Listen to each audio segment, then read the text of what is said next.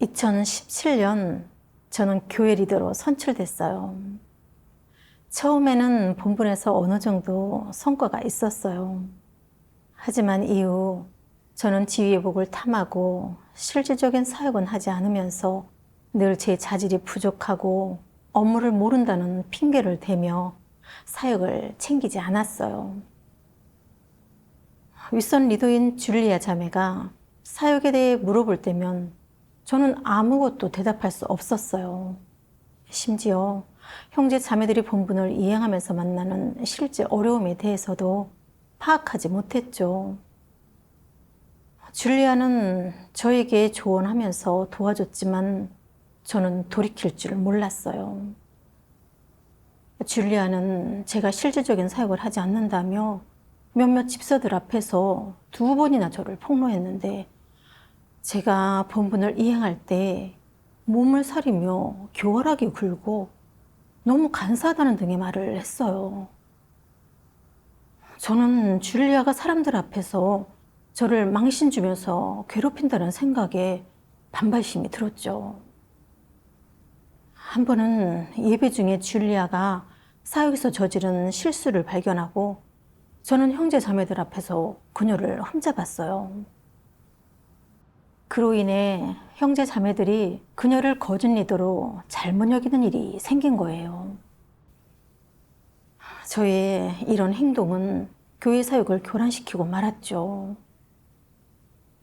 이 일이 드러난 후 리더가 저를 책망하고 저의 본분을 조정할까 봐 두려워 서둘러 줄리아를 찾아가 사과했고 형제 자매들 앞에서 저 자신을 회부하고 인식했어요. 그 일은 그렇게 지나간 줄 알았죠.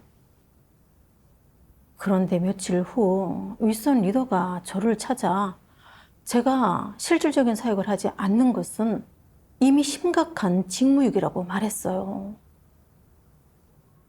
그럼에도 책망과 훈계를 받아들이지 않고 뒤에서 남을 헐뜯었다면서 이건 교회 사역을 방해하고 교란하는 짓이라고 말했어요. 리더 말이 맞네요. 그 문제의 성격이 바로 그런 거죠. 저는 그 말을 받아들일 수가 없어서 속으로 계속 따지고 들었어요. 난 실질적인 사역을 하기 싫은 게 아니라 자질이 너무 부족해서 못하는 거야. 뒤에서 남을 헐뜯은 일에 대해서는 잘못을 인정하고 줄리아에게 사과했고 형제 자매들 앞에서도 내 패기를 회부했어. 그런데 윗선 리더는 왜 아직도 그 일을 문제 삼는 거지? 당시에는 자매들이 아무리 교제해줘도 저는 받아들일 수가 없었어요. 리더는 저의 내적 상태에 따라 다음과 같은 하나님 말씀을 읽어줬어요. 전능하신 하나님 말씀. 형제자매들 가운데서 늘 소극적인 것을 퍼뜨리는 사람은 사탄의 종이자 교회를 교란하는 자이다. 그런 사람은 언젠가 전부 출교되고 도태될 것이다. 하나님을 믿으면서도 하나님을 경외하는 마음과 하나님께 순종하는 마음이 없다면 그런 사람은 하나님을 위해 어떤 사역도 할 수 없을 뿐만 아니라 오히려 하나님의 사역을 방해하고 하나님을 대적하는 사람이 된다.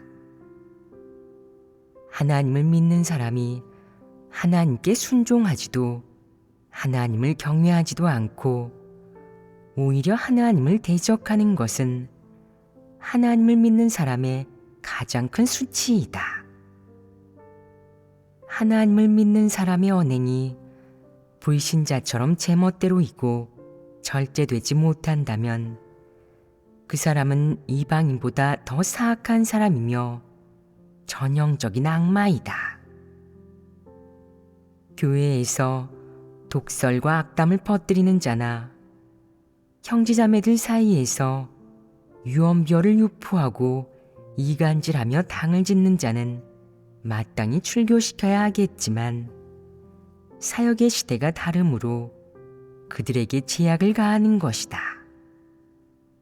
그들은 분명히 도태될 대상이기 때문이다. 아멘. 아멘. 저는 말씀을 들으면 들을수록 두려운 마음이 들었고, 제가 줄리아를 판단한 건 확실히 교회 사역에 방해와 교란을 가져온 짓인 걸 알게 됐어요. 그런데 사탄의 종, 교회를 교란하는 자, 출교되고 도태될 것이다, 이런 말들을 들으니까 감히 인정할 수가 없었어요. 인정했다간 정죄되는 것은 아닐지, 그러고도 구원받을 수 있을지 걱정됐거든요. 저는 이 사실을 받아들이고 싶지 않아 리더가 고의적으로 하나님 말씀을 이용해 저를 공격하고 정죄하는 거라면서 리더를 원망했어요. 저는 감정이 격양돼서 이렇게 말했어요. 자매님은 진리를 교제해 제 문제 해결을 도와주는 게 아니라 저를 공격하고 있어요. 제가 자신에 대해 전혀 인식하지 못하는 것을 본 리더는 또다시 교제하면서 저를 도와줬고, 자신의 체험과 결부시킨 교제를 통해 인식하도록 이끌어줬어요. 하지만 자매들이 무슨 말을 하든 저는 아무것도 인식하지 못했죠. 이로 인해 리더는 제가 실질적인 사역도 하지 않고 진리도 받아들이지 않으면서 회개하는 태도조차 보이지 않자 결국 저를 교체시켰어요. 그렇게 교체되고 나서 내적 상태는 좀 어땠어요? 그때 저는 맥이 탁 풀리는 기분이었죠.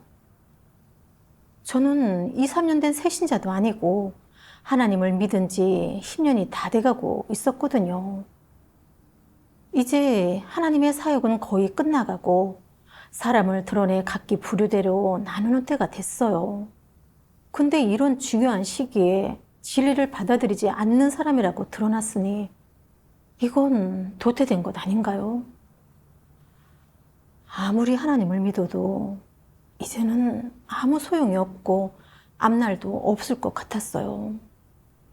저는 소극적이 된 채 나날이 내적 상태가 나빠졌어요.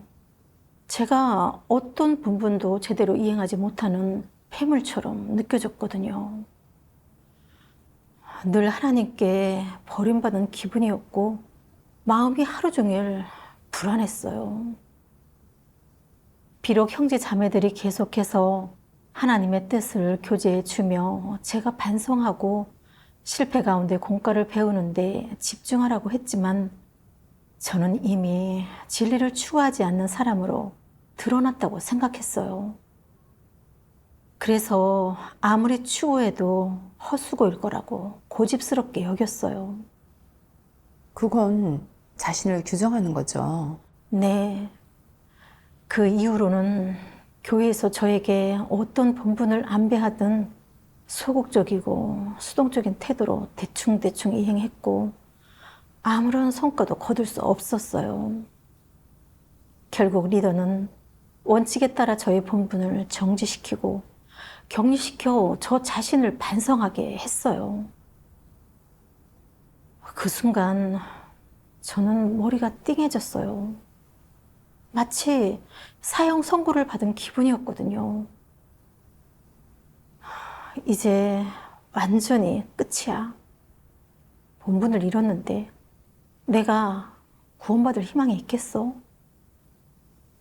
그 기간 동안 저는 하루 종일 산송장 같은 상태로 하나님께 버려졌다는 느낌 속에 살았어요. 하나님께 기도 드리자니 면목이 없었고 저는 하나님 말씀을 먹고 마실 자격도 없다고 느껴졌죠. 당시 몇몇 형제자매들이 저를 붙들어주고 도와주면서 하나님 말씀을 읽어줬어요. 하지만 저는 하나님 말씀은 진리를 추구하는 사람에게 주어진 것이지 저 같은 사람에게 주어진 것이 아니라고 생각해 전혀 귀에 들어오지 않았어요. 예수님께서 거룩한 것을 개에게 주지 말며 진주를 돼지 앞에 던지지 말라고 말씀하셨잖아요. 저 같은 사람에게 하나님이 말씀을 하실까요? 그 시기 저는 매일 불안하고 두려움을 느꼈어요. 하나님이 정말 나를 버리신 거면 사는 게 무슨 의미가 있을까? 언젠가는 징벌이 임해 죽게 될지도 몰라. 제 마음은 두려움으로 가득 차 매일 고통 속에 허우적거렸어요. 그렇게 소극적이고 오해 속에 사는 건 정말 너무 고통스럽죠. 그러다 상태가 언제부터 좀 나아지기 시작했어요? 그러다 저를 감동시키는 한 사건이 일어났어요. 어떤 일이요? 당시 저는 가사 도우미 일자리를 구했는데 고용주가 인성이 좋고 생활면에서도 저를 잘 돌봐주는 것을 보고 고용주에게 복음을 전했고 고용주는 하나님의 말씀의 복음을 기쁘게 받아들였어요. 잘 됐네요. 하나님께 감사하네요. 저는 하나님께서 저를 버리지 않으셨고 저를 여전히 궁일이 여기시면서 구원하신다고 생각해서 무척 감격했어요. 네. 저는 죄책감에 울며 하나님께 기도드렸어요. 하나님, 저는 더 이상 이렇게 소극적으로 지내고 싶지 않습니다. 부디 저를 구해주세요. 아멘. 저는 다음과 같은 하나님 말씀을 봤어요. 어떤 사람은 하나님 말씀을 읽을 때 하나님이 사람을 정죄하는 말씀을 보면 관념이 생기고 반발심이 생긴다. 예를 들면 하나님 말씀에 이런 내용이 있다. 내가 진리를 받아들이지 않으면 하나님이 너를 좋아하지 않고 너를 기쁘게 받아들이지 않는다. 너는 악을 행하는 자요 적그리스도이니 너만 보면 마음이 언짢다. 하나님은 너를 원하지 않는다. 사람은 이런 말씀들을 보면서 생각한다. 이런 말씀들은 다 나를 두고 하신 말씀이야. 하나님께서 나를 원하지 않으신다고 규정했어. 하나님께서 나를 포기한 이상 나도 하나님을 안 믿을 거야.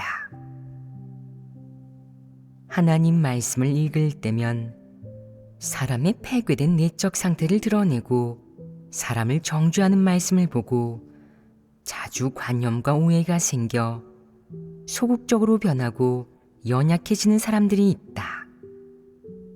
이들은 하나님의 말씀이 자신을 겨냥한 거라고. 하나님은 자신을 포기하고 구원하지 않는다고 생각한다.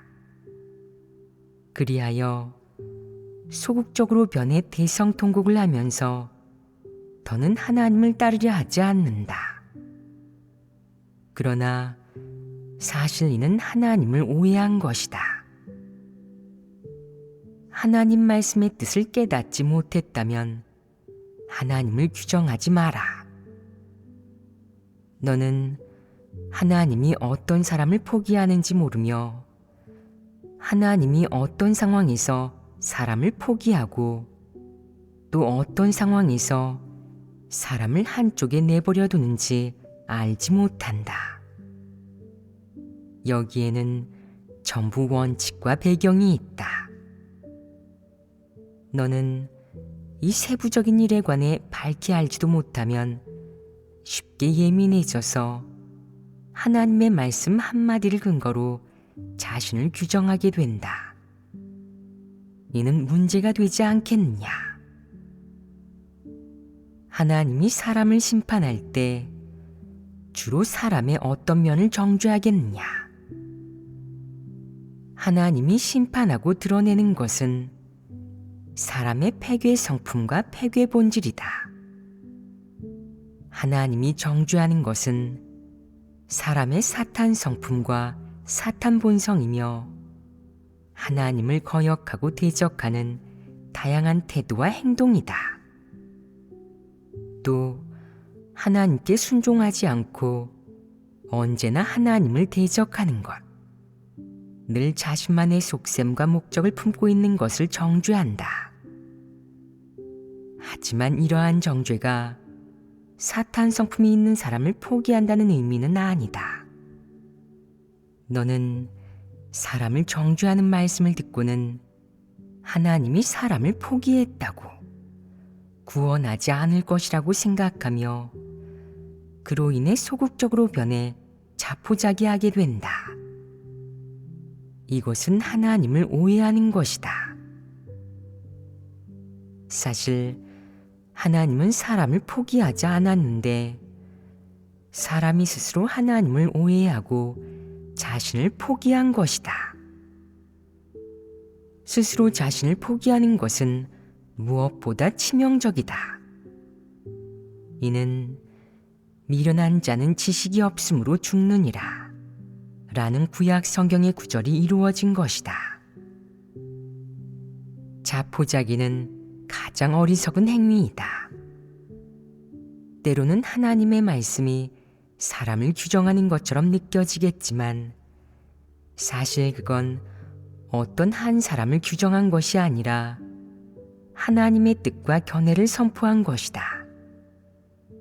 이는 전부 진리와 원칙에 속하는 말씀이지 어떤 한 사람에 대해 규정하는 것이 아니다. 하나님이 화나거나 분노할 때 한 말씀이라고 해도 그건 하나님의 성품을 대표하고 이 말씀은 곧 진리이며 나아가 원칙에 속한다. 사람은 이것을 반드시 알아야 한다. 하나님이 이런 말씀을 한 목적은 사람이 진리를 깨닫고 원칙을 알게 하기 위함이다. 절대 어떤 한 사람을 규정하는 것이 아니다. 이는 최후의 종착지나 상과 무관하며 최후에 내리는 벌은 더더욱 아니다. 그것은 단지 심판하거나 책망하는 말씀이고 기대에 미치지 못함을 안타까워하는 말씀이고 사람을 깨우치고 지적하는 말씀이자 하나님의 마음속 말씀이기도 하다. 그런데 어떤 사람은 그 심판의 말씀 한마디에 쓰러지거나 하나님을 저버리기도 한다. 이런 자는 사리분별을 하지 못하고 말도 안 통하는 진리를 전혀 받아들이지 않는 자다. 아멘. 하나님께 감사하네요. 하나님께서 당신의 뜻을 우리에게 분명히 보여주신 거예요. 하나님의 말씀이 비록 사람을 심판하고 드러내며 심지어 정죄하고 저주하기까지 해서 엄하긴 하지만 사람을 구원하시려는 하나님의 마음만은 참된 거예요. 그 목적은 결국 우리 자신을 반성하고 인식하게 하고 하나님께 회개하여 회개 성품을 벗어버리게 하려는 거니까 하나님을 오해하면 안 되죠. 네, 맞아요. 저는 하나님 말씀을 읽고 또 읽으며 마치 하나님이 저를 마주보고 위로하시는 듯한 느낌에 자책의 눈물을 참을 수가 없었어요. 특히 다음 말씀이 마음에 와 닿았어요. 그것은 단지 심판하거나 책망하는 말씀이고 기대에 미치지 못함을 안타까워하는 말씀이고 사람을 깨우치고 지적하는 말씀이자 하나님의 마음속 말씀이기도 하다. 그런데 어떤 사람은 그 심판의 말씀 한마디에 쓰러지거나 하나님을 저버리기도 한다. 이런 자는 사리분별을 하지 못하고 말도 안 통하는 진리를 전혀 받아들이지 않는 자다. 하나님 말씀에 저는 꿈에서 막 깨어난 기분이 들었어요. 하나님 말씀을 대하던 예전의 제 태도를 돌이켜보니 리더가 읽어준 하나님 말씀 안에 폭로, 정죄와 같은 단어가 나오면 제가 정죄되었다는 생각에 반발심이 생겨 하나님 말씀의 심판과 폭로를 받아들이려고 하지 않았던 거였어요. 그제야 저는 하나님 말씀이 비록 엄격하긴 하지만 그것은 다 사람이 자신을 인식하고 회개해서 변화하도록 하기 위함이란 걸 깨달았어요. 네. 리더가 저를 폭로한 것도 제 행동의 성질이 너무 악랄했기 때문이었어요. 하지만 저는 성품이 강팍해서 사실 앞에서도 인정하지 않았고 교체된 후에도 깨닫지 못했어요. 줄곧 하나님께서 저를 드러내고 도태시킨다고 오해해서 소극적인 상태에 빠져 자포자기하면서 될 대로 되라는 식으로 살았죠. 생각하면 할수록 후회가 됐고 너무나 강팍하고 패역한 스스로가 증오스러웠어요. 저는 하나님의 사역에 대해 전혀 알지 못했어요. 네. 저는 다음과 같은 하나님 말씀이 생각났어요. 하나님은 무엇을 통해 사람을 온전케 하느냐? 그의 공의 성품을 통해 온전케 한다. 하나님의 성품은 기본적으로 공의, 진노, 위엄과 심판, 저주이며 하나님은 사람을 온전케 할 때 주로 심판의 방식을 택한다. 어떤 이는 어째서 심판과 저주를 통해야만 사람을 온전케 할 수 있는지 이해하지 못해 하나님의 저주를 받으면 사람은 죽지 않겠습니까? 심판을 받는다는 건 정죄받는다는 뜻이 아닙니까? 그럼 어떻게 온전케 될 수 있단 말입니까? 라고 묻는다. 이는 하나님의 사역을 모르는 사람이 하는 소리다. 하나님이 저주하는 것은 사람의 패역이고 심판하는 것은 사람의 죄다. 비록 엄한 말씀으로 가차없이 사람 내면의 것들을 전부 들춰내고 사람 내면의 본질적인 것들을 전부 드러내기는 하지만 이러한 심판의 방식을 통해 사람이 육의 본질을 깊이 깨달아 하나님 앞에서 순종하게 한다.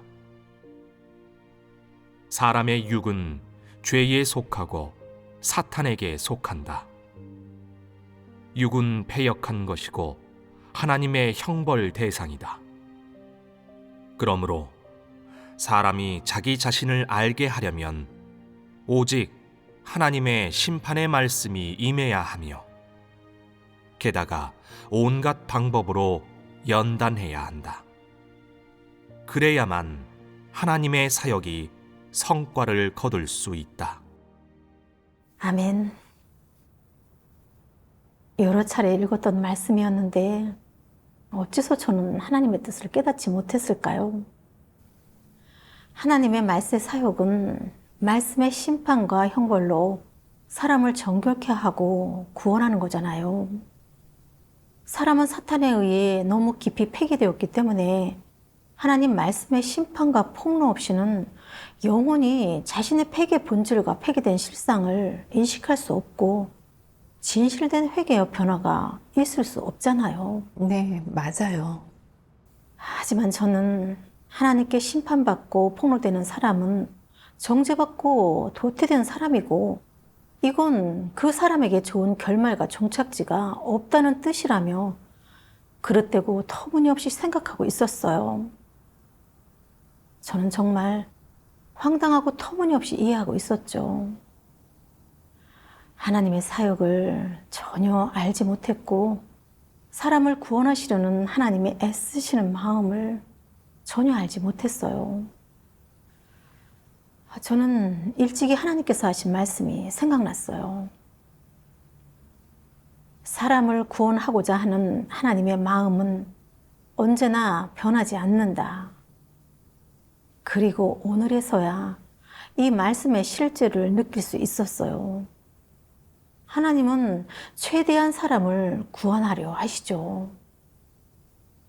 사람이 스스로 진리에 대한 추구를 포기하지 않는 한 하나님은 어느 한 사람도 쉽게 포기하지 않으세요. 맞아요.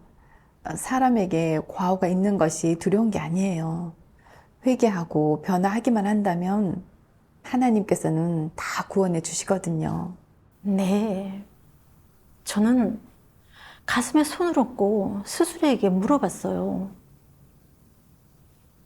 만약 하나님이 나를 구원할 생각이 아니셨다면 하나님은 일찌감치 그런 행동을 한 나를 도태시키지 않았을까? 굳이 심판으로 나를 폭로하고 매번 상황을 마련하셔서 내 패기를 드러내고 내가 스스로 반성하고 인식하도록 깨우쳐 주시고 인도해 주실 필요가 있을까? 네, 형제 자매들이 나를 책망하고 나를 일깨워 준 것도 내가 돌이키고 반성하라고 그랬던 거야. 이 모든 것이 하나님의 실제적인 구원이 아닐까? 네, 맞아요. 그런데 나는 사람을 구원하시는 하나님의 사역 방식을 알지 못하고 하나님의 사랑을 보지 못한 채 하나님을 오해하며 소극적인 상태 속에 살면서 하나님께 반항했어. 나는 정말 황당한 사람이구나. 여기까지 생각이 미치자 오랫동안 무감각했던 마음에 그제야 자각이 생기기 시작했고 제가 한 행동들이 정말 후회됐어요. 저는 하나님께 기도드렸어요.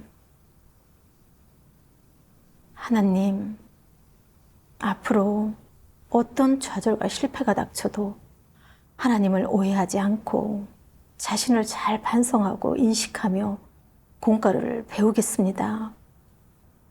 남은 시간 동안 성실히 진리를 추구하고 본분을 이행하며 진정으로 회개하겠습니다. 아멘. 하나님께 감사하네요. 그 후 저는 그 기간 동안의 제 체험과 인식을 글로 썼어요. 그 글을 본 한 자매가 하나님 말씀을 보내주면서 저를 일깨워줬어요.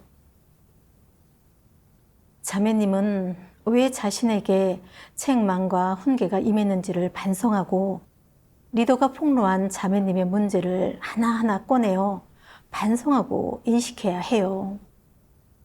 그리고 그것들을 진리와 대조해 보며 해결해야 해요.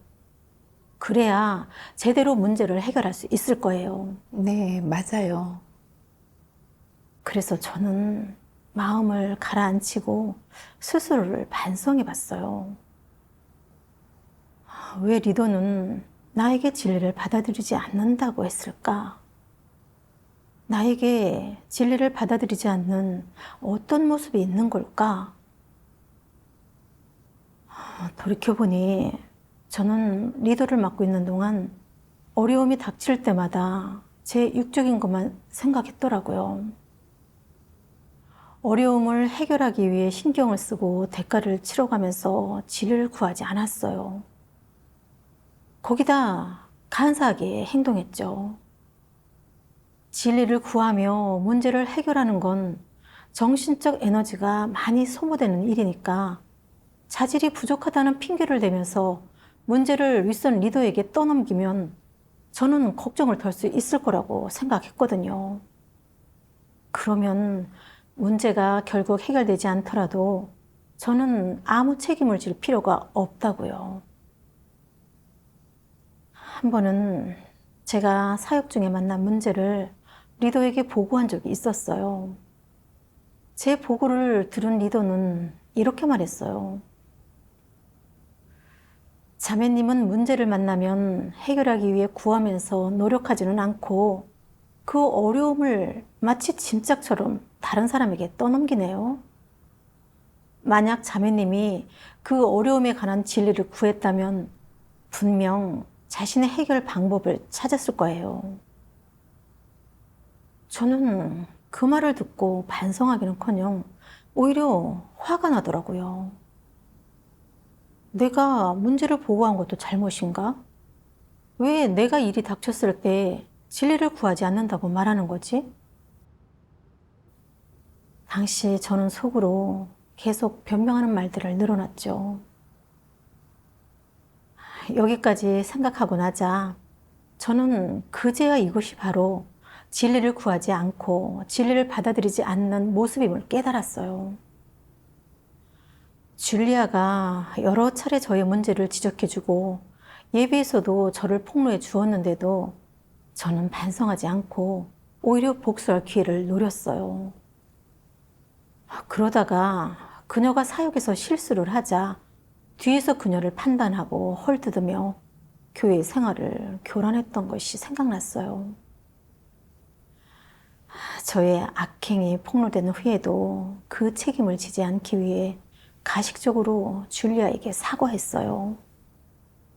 또 형제 자매들 앞에서는 털어놓으며 마치 자신을 인식한 것처럼 교제했죠. 그런 식으로 그 사건을 그냥 유야무야 넘어가려고 했던 거죠.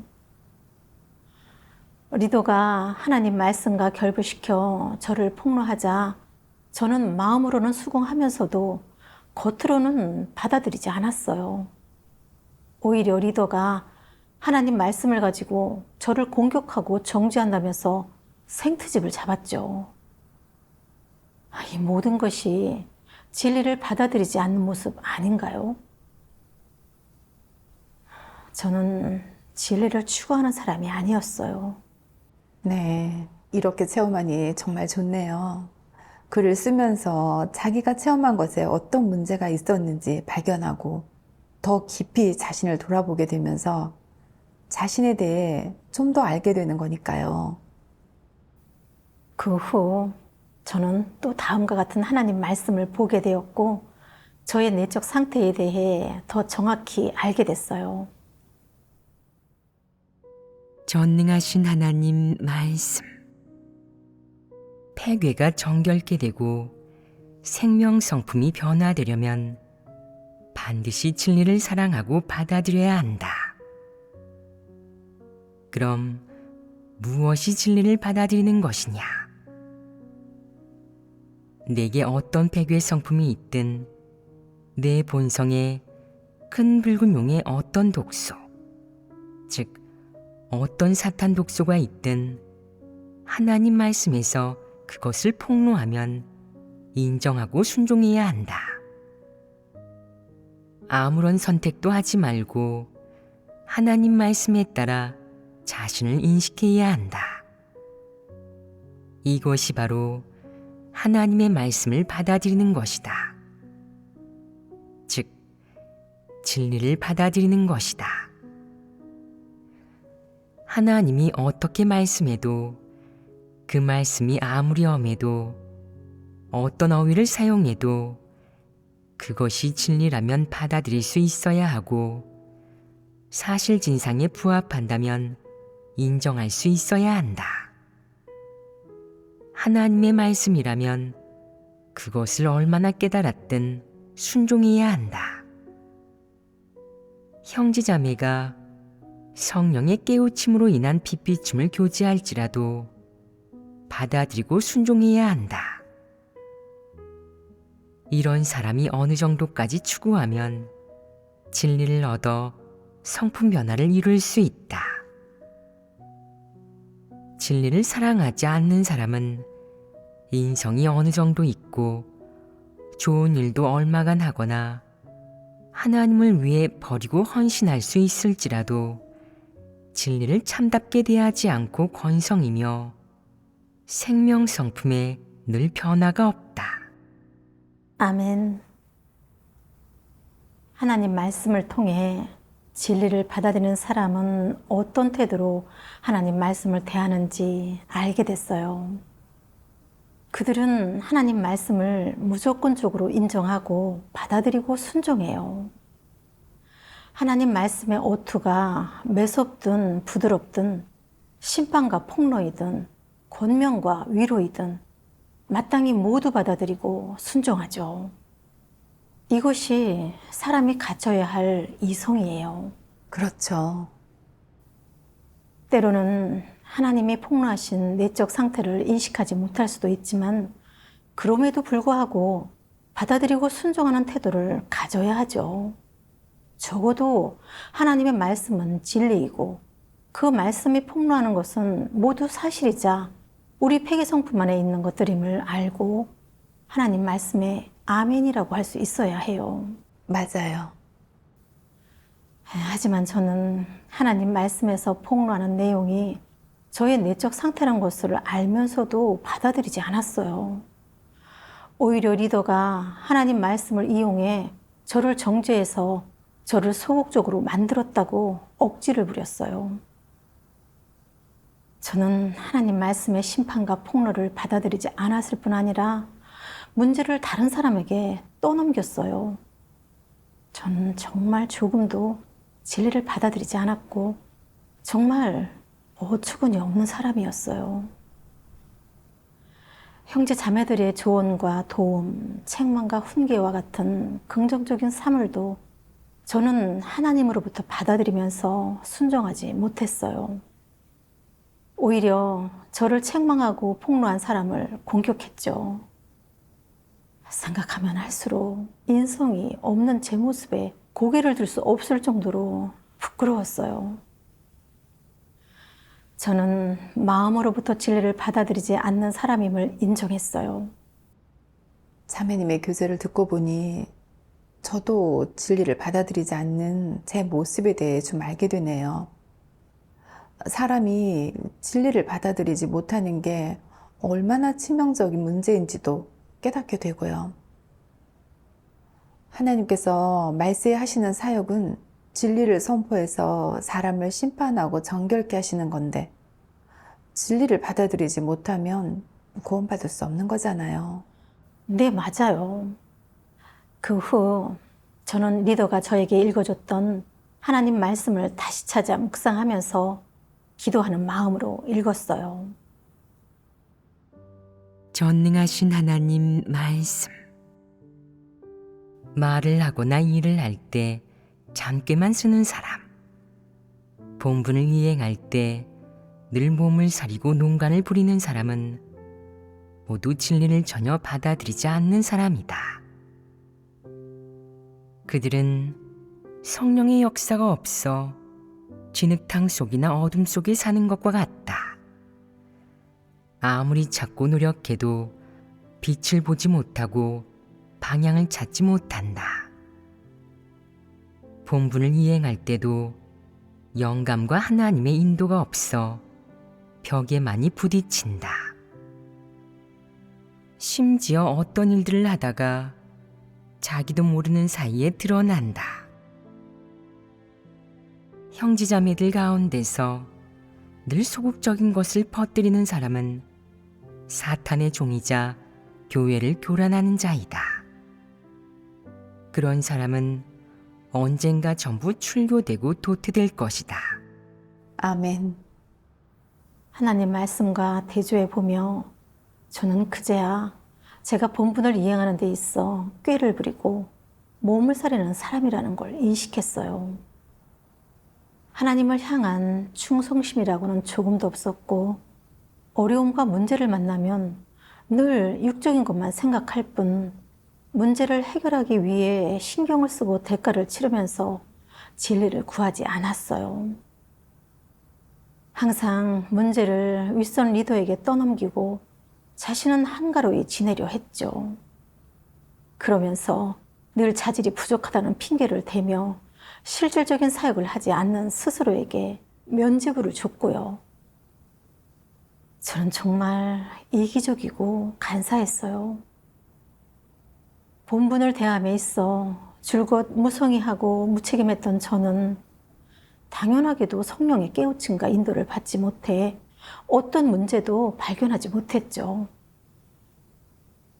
리더가 저를 책망할 때 저는 반성하기는커녕 체면이 깎였다고 생각해서 불만을 품었어요. 사적인 분노를 풀기 위해 뒤에서 그녀를 판단하고 정죄했죠. 이건 교회 생활을 교란한 거잖아요. 저의 이러한 악행들을 비춰보면 바로 하나님 말씀에서 폭로한 사탄의 종, 교회를 교란하는 자가 맞지 않나요? 네. 그때 저는 왜 자신을 인식하지 못했을까요? 하나님과 하나님 말씀을 대하던 저의 태도와 과거 제가 저지른 온갖 과오들을 생각하니까 정말 후회됐고 제 자신이 미웠어요. 저는 하나님 앞으로 나와 하나님께 기도드렸어요. 하나님, 제가 너무 패역했습니다. 저는 회개하고 다시는 하나님을 오해하지 않겠습니다. 하나님께서 어떻게 하시든 그 모든 것이 저를 정결케 하시고 구원하시는 것임을 믿습니다. 아멘. 기도 후 저는 깊이 감동을 받아 마음속으로 하나님께 이렇게 고백했어요. 하나님, 이제 다시는 하나님을 떠나지 않겠습니다. 하나님을 멀리했던 나날은 너무나 고통스러웠습니다. 네. 그 후 저는 이전의 소극적이고 수동적인 상태를 고쳤죠. 예배에서는 적극적으로 교제했고 자발적으로 본문을 이행하고 체험 간증을 쓰는 훈련도 했어요. 저의 내적 상태가 나날이 좋아지고 있다는 것이 분명히 느껴졌어요. 마치 큰 병에서 막 나은 환자처럼 나날이 회복되고 있었죠. 본분을 잃었던 약 1년간의 시간 동안 저는 줄곧 오해하고 경계하는 상태로 살았고 마음은 늘 불안했어요. 그렇게 성령 역사를 잃은 고통을 겪을 만큼 겪고 마침내 저는 소극적인 상태에서 벗어나게 됐어요. 이것은 하나님의 크신 긍휼과 구원이에요. 하나님께 감사드려요. 사람에게 회개하려는 마음이 정말 조금이라도 있으면 하나님께서는 결코 그 사람을 버리지 않으시네요. 얼마 지나지 않아 저는 교회로 돌아와 본분을 이행하라는 리더의 통지를 받았어요. 하나님께 감사하네요. 그 메시지를 보며 감격한 저는 무슨 말을 해야 할지 모르겠더라고요. 그저 계속해서 하나님께 감사드릴 뿐이었죠.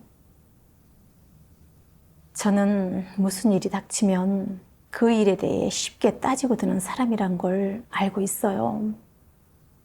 그래서 제 내적 상태에 관한 하나님 말씀을 읽으며 진리를 구했어요. 어느 날 저는 다음과 같은 하나님 말씀을 읽고 감동받았어요. 전능하신 하나님 말씀. 하나님이 한 사람 혹은 한 부류의 사람에게 크게 노하는 데는 이유가 있다. 그 이유는 하나님의 기호에 따라 결정되는 것이 아니라 진리를 대하는 사람의 태도에 따라 결정된다. 한 사람이 진리를 싫어한다면 그것이 그 사람의 구원에 치명타가 된다는 것은 의심의 여지가 없다. 이는 용서를 하고 안 하고의 문제가 아니다. 그것은 행위의 일종이 아니며 일시적으로 드러난 것이 아닌 사람의 본성 본질이다. 하나님은 이런 사람을 가장 싫어한다. 만약 내게 가끔 진리를 싫어하는 폐괴 표출이 있다면 너는 하나님의 말씀에 따라 내 폐괴 표출이 진리에 대한 반감에서 비롯된 것인지 아니면 진리에 대한 몰리에서 비롯된 것인지 성찰해야 한다. 이는 내가 구해야 할 뿐만 아니라 하나님의 깨우침과 도움이 필요하다.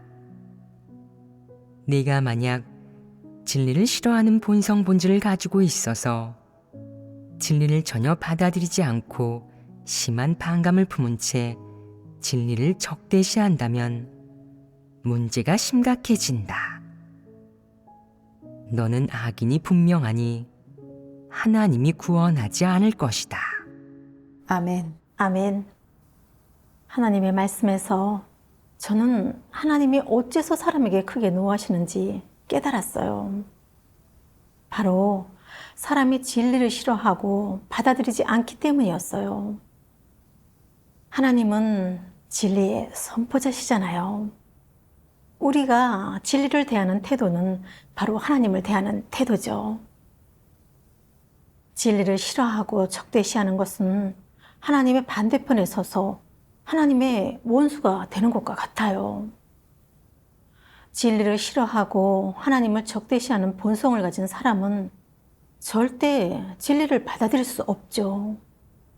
이런 사람은 아무리 회개 성품을 표출하고 책망과 훈계를 받아도 회개하지 않아요. 또 하나님을 몇 년을 믿어도 회개 성품에 변화가 없죠. 결국 하나님께 버림받고 도태될 거예요. 바울처럼 말이죠. 그는 본성적으로 진리를 싫어하고 증오했어요. 그는 자신을 한 번도 반성하거나 인식하지 않았고 그 결과 아무리 오랜 세월 사역했어도 여전히 교만하고 거만했고 이익만을 탐했어요. 또 회개 성품은 조금도 변화하지 않았고요. 결국 하나님께 정죄되고 징벌받았죠.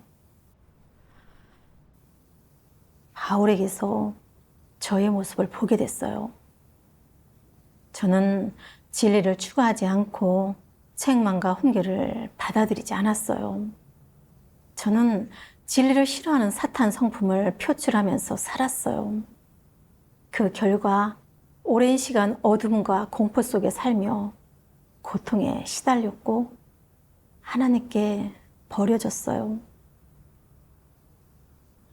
이러한 결과는 모두 제가 진리를 싫어하기 때문이었죠. 하나님의 성품은 공의롭고 거룩하며 사람이 거스르는 걸 용납할 수 없죠. 네, 맞아요. 제가 만약 계속 진리를 받아들이지 않고 하나님으로부터 비롯된 책망과 훈계를 받아들이지 않는다면 어떻게 하나님의 정결케 하심과 구원을 얻을 수 있겠어요?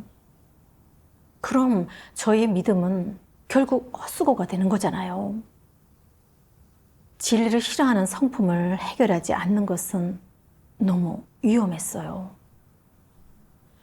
그 후 저는 의식적으로 진리를 구하는 것을 중시했고 저의 회개 성품을 저버렸어요. 이후로는 책망과 훈계가 닥쳐도 그 문제에 대해 따지고 반항하는 정도가 더는 예전처럼 심하지 않았어요. 형제 자매들의 말이 얼마나 맞든 사실에 부합하기만 하면 저는 받아들였어요. 때로는 인식이 잘 안 돼서 따지고 들며 변명하고 싶은 순간도 있었지만 그럴 때면 하나님께 기도드리면서 일단 순종했어요. 나중에 반성하면서 약간의 인식과 수확을 거뒀죠. 자매님의 체험을 들으니 정말 감동이네요. 그렇게 실패하고 넘어졌을 때 진리를 구해서 공과를 배울 수 있다는 건 세상 그 무엇보다 귀한 거잖아요. 정말 값진 고생을 하신 거예요. 네, 맞아요. 과거 그렇게나 강팍하고 패역해서 조금도 진리를 받아들이지 않았던 제가 지금은 이 정도의 인식과 수확을 얻게 됐어요. 이는 모두 하나님의 구원이에요. 네, 맞아요.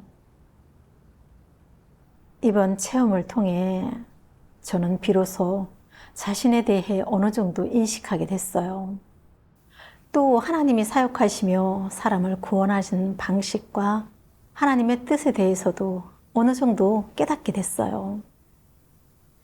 하나님의 책벌과 징계, 책망과 훈계는 사람을 정죄하거나 도태시키기 위함이 아닌 사람을 정결케 하고 구원하는 것임을 진정으로 느낄 수 있었어요. 하나님께 감사드려요.